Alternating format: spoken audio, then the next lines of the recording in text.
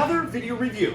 And on today's episode, we're going to be taking a look at the newish Hot Toys Power Pose 005 Hulkbuster Mark II. Now I say newish because this has actually been out for a little while and I'm just now getting it. Due to moving into a new apartment and having a lot more space constraints, I sold off my Mark I version of the Hulkbuster and I wasn't sure if I wanted to go down this route. But ultimately, here it is. And here I am in front of my huge kind of wide open space in my dining room, I guess, showing off this massive package. As you can see, huge. Not as big as that Mark I because this is a considerably scaled back version of the Hulkbuster. Well, yes, it is the Mark II and how he appeared in, obviously, Avengers Infinity War. As being part of the Power Pose series, it is dramatically less involved. For the package, though, you can see you have an absolute gorgeous image of the Mark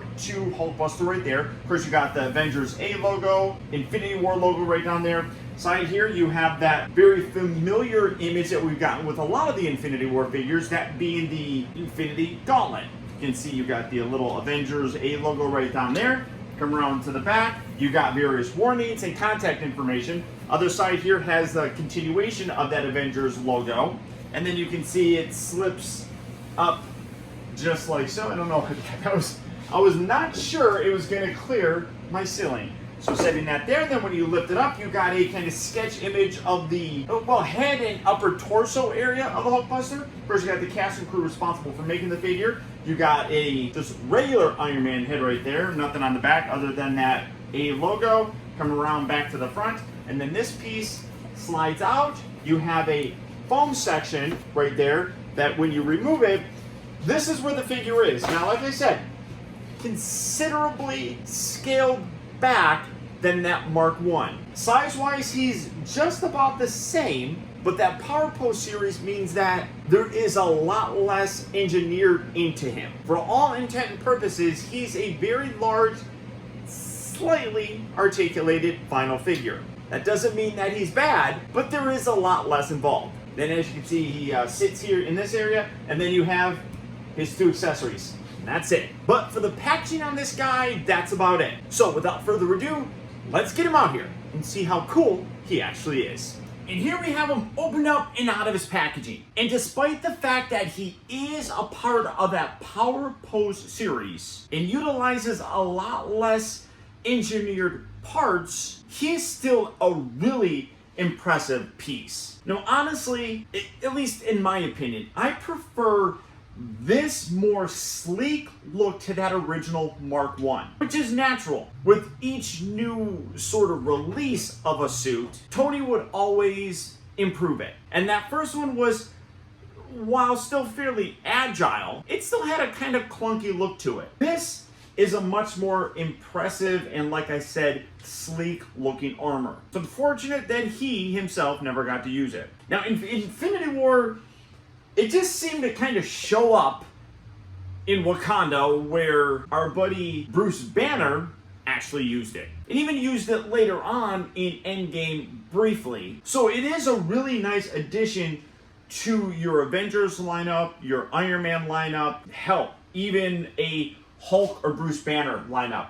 The overall look on it, as I said, very sleek, but still has that very classic color scheme that we're used to. Now for his accessories, you really only get two, that being two open hands. Now these open hands do come in handy because of his light up feature. You can see he's got fists on there right now, but the fists are clinched around the repulsor on his palm. So it doesn't really benefit from the light up feature. So to get it, you have to remove it. The problem though is this one removes very easily.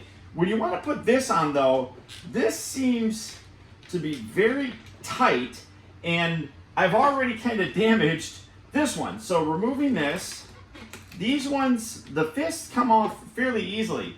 This piece though, where you can see the white area where the bulb goes, I have this hand on there.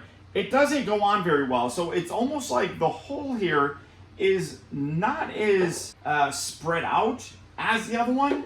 I don't know how I feel about that. I haven't decided which hands I want. I kind of like the idea, and I mean, and then they go back on fairly easily. But like this, I don't know if there's a trick to it or what, but I mean, that's tough. And then getting it off, you kind of have to wedge it. And I've already, I mean, this popped off. It's staying on there pretty decently now. Maybe I just kind of loosen that some, but you can see that it is really rough getting that on there.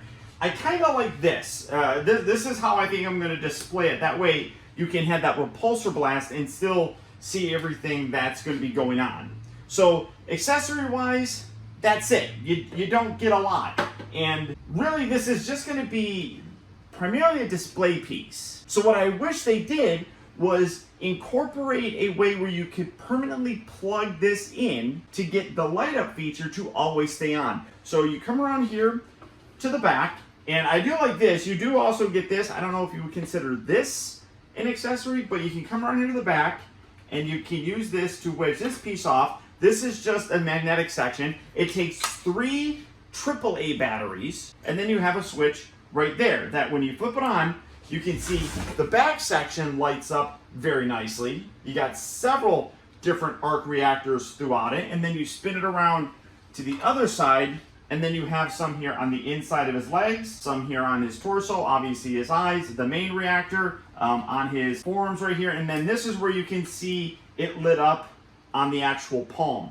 Again, I wish, as being a display piece, they would have made it where you can keep it permanently plugged in. That's an ongoing thing that I personally feel that when you have a display piece, anything of that nature that can light up, I wish they would, especially one that's this big, like a statue or something, I wish they would somehow engineer a way where you can permanently plug it in via like an AC adapter or something like that. Now coming in to take a closer look at the piece, I'm going to turn the lights off because that will help save the batteries. I mean, granted, they're brand new AAA batteries, so they should last, but I don't want to waste them too much. The detail on here is really very nice. One thing though that I talked about, it's like this is a very large vinyl piece. Vinyl pieces are kind of rubbery to a degree, and he definitely has that. The paint detail is nice. So they did get some really good sculpt work in here. You can see it like through the upper torso area, throughout the rest of the body and everything. But you can also see some scratches, which does look really cool. But because this is not a fully articulated piece, it doesn't need to have all that other stuff engineered into it. So you can get a little bit more detail plugged into it. You can kind of see that here, like in the back. I'm going to put this piece back in here. I would imagine that they would have had to sacrifice some elements of the look to get all the articulation into it. They don't have to with this now. And that's, you know, it's a good thing and it's a bad thing. One of the aspects that people complain about is that it is basically just a static piece. Well, to be totally honest, one of the biggest downfalls of that Mark I was that you really couldn't do much with it. The articulation was really tough because those ratchet joints were just massive to hold up its weight. One thing that's funny is the box is almost as heavy as this whole figure is. So it's a lot easier to kind of manage, I suppose. But that Mark I was basically just going to be a display piece anyhow. It was going to stand in a very neutral, vanilla pose and not get a lot of dynamic looks with it. So while this is part of the Power Pose line, the only articulation that's in them is you get a little bit of rotation here in the head, not much, and it kind of gets a little bit messed up because it's on an angle, so you can see that he kind of ends up looking up as opposed to this where he's now kind of looking down. And then the shoulders, I guess, kind of wiggle out a little bit, but they rotate. That's about it. So you have that, and then the wrists can rotate. So that's it for his articulation.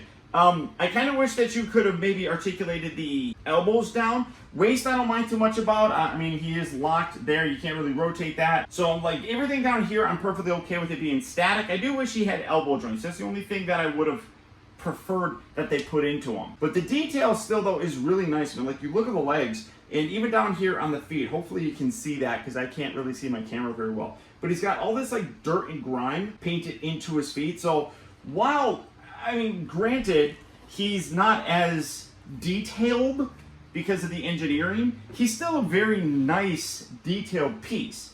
And very large. Like I said, about the same height as that original one. Bringing out the old tape measure, he's about 21 inches tall or so. Maybe, about 21 inches or so, which is only slightly shorter than that Mark 1. I want to say like the Mark 1 was like 23 inches or something like that. But he's also kind of bent here. So it's not...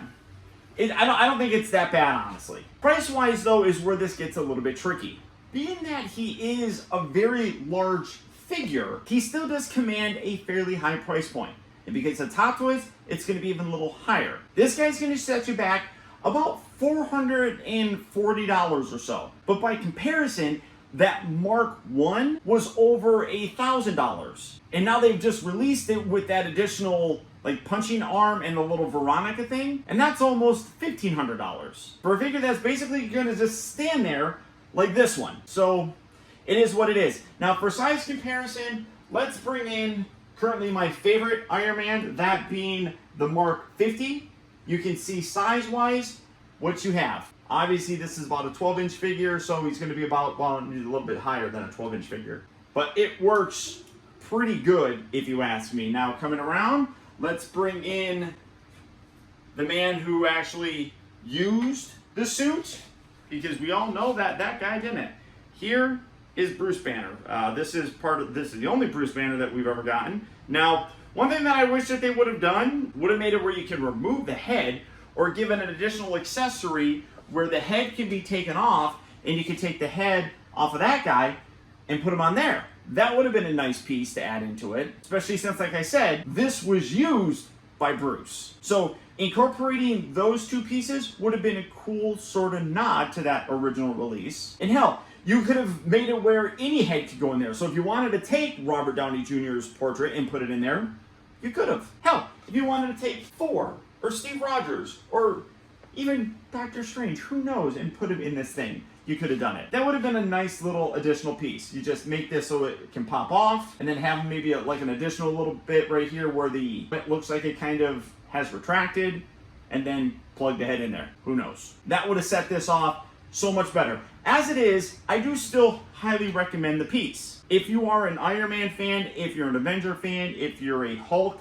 fan, this looks great. I already got a spot picked out for it. It is expensive, as most Hot Toys are, and it does not have a lot of articulation, but the detail on it is still extremely well done. The paint could be a little bit better. A lot of times, like when you look at the die-cast figures that has that metal sort of look, well, obviously it's metal. They did a pretty good job of recreating that look. There's a very nice gloss to it. It could have been done a little bit better, but again, for a figure this big on kind of a budget around that $430 to $40, $50 price point, I think that it's pretty solid still nonetheless. So, all that being said, if this Hulkbuster Mark II is a piece that you would like to add to your collection, it is available right now in limited quantities over at Big Bad Toy Store. So for that, I'll put a link right down there, right down in the video description, where you can go to BBTS and check out availability on this, as well as the rest of the wide range of Hot Toy figures. But beyond that, guys, that's about it. Remember, if you liked this video, I would really appreciate if you would do one very small thing for me, and that's simply just to hit that thumbs up button. That one very small gesture really does go a long way towards helping me out, and I would really appreciate it. Also want to send a huge shout out to all of my patrons who, through their continued support, help to make reviews like this possible. One other thing to note is that if these glasses have looked familiar to you, it's because these are the ones that Professor Hulk wore in Endgame. And you can get them yourself. All you have to do is go to initiumeyewear.com and you can pick up these, or they do have an oversized version, which is a little bit more what Professor Hulk actually wore, because he's a bigger dude than I am. So these are more standard, and they have a little bit bigger ones in case you want that slightly more movie accurate look. But again, I'll put a link for that right down in the video description. And as always, guys, remember, the real trouble with the world is that too many people grow up. Thank you for watching and taking the time to be a kid.